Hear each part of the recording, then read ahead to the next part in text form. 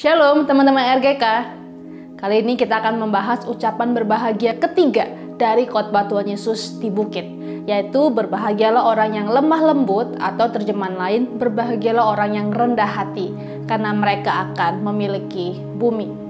Nah, untuk memahami lebih jelas apa yang dimaksud dengan kelemah lembutan atau kerendahan hati, kita lihat perumpamaan yang Tuhan Yesus ceritakan di Lukas pasal 18 ayat yang ke-9 hingga yang ke-14.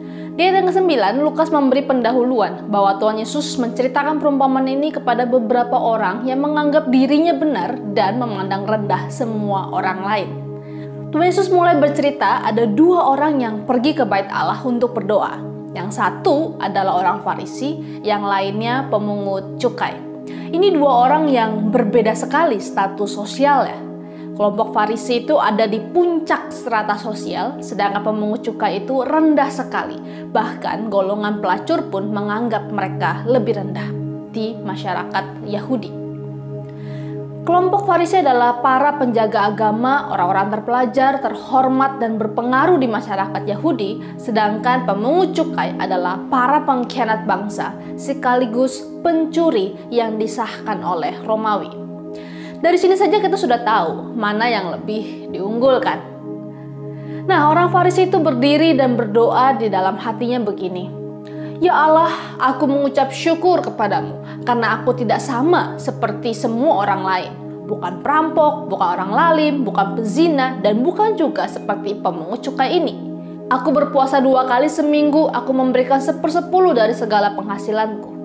Sedangkan pemungut cukai itu berdiri jauh-jauh, ia tidak berani menengadah ke langit, malahan dia memukul-mukul dirinya dan berkata, "Ya Allah, kasihanilah aku orang berdosa ini." Dari sikap mereka ini, Tuhan Yesus berkata bahwa si pemungut cukai itu pulang ke rumahnya sebagai orang yang dibenarkan Allah, dan mengejutkannya, orang Farisi, tokoh yang dikagumi oleh masyarakat, malah tidak. Tuhan Yesus memberi alasannya, yaitu sebab barang siapa meninggikan diri, ia akan direndahkan, dan barang siapa merendahkan diri, ia akan ditinggikan.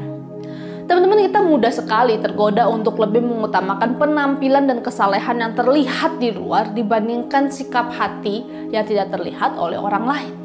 Seperti orang Farisi yang terlihat saleh dan berpengaruh di masyarakat, tetapi sebenarnya hatinya busuk dengan kesombongan.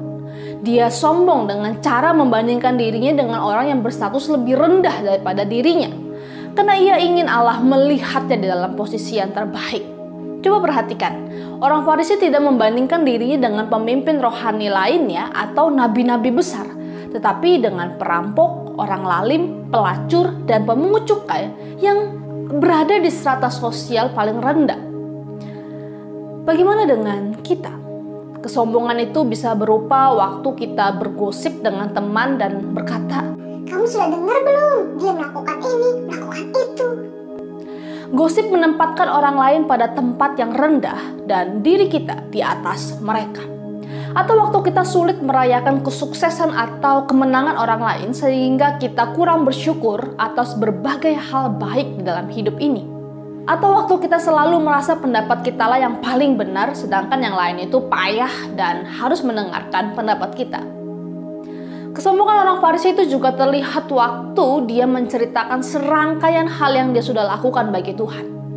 Di hukum Taurat hanya mewajibkan puasa itu setahun sekali, tetapi dia puasa seminggu 2 kali, yang berarti itu lebih dari 100 kali lipat yang diminta oleh Allah.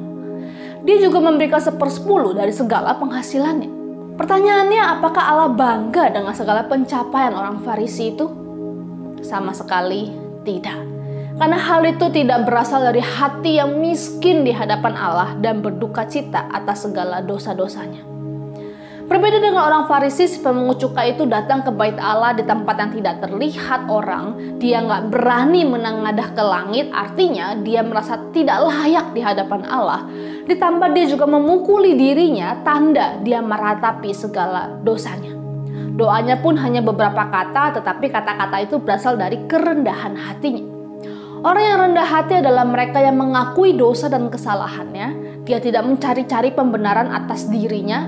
Tidak ada satupun tindakannya yang dapat dibanggakan di hadapan Allah yang Maha Tahu. Dan orang yang rendah hati juga memiliki keberanian untuk meminta tolong. baik kepada Tuhan maupun orang di sekitarnya.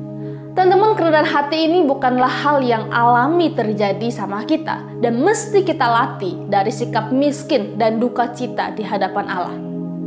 Selama kita merasa diri ini penting di hadapan Allah dan merasa diri ini sudah saleh, maka kita tidak akan bisa menjadi pribadi yang rendah hati.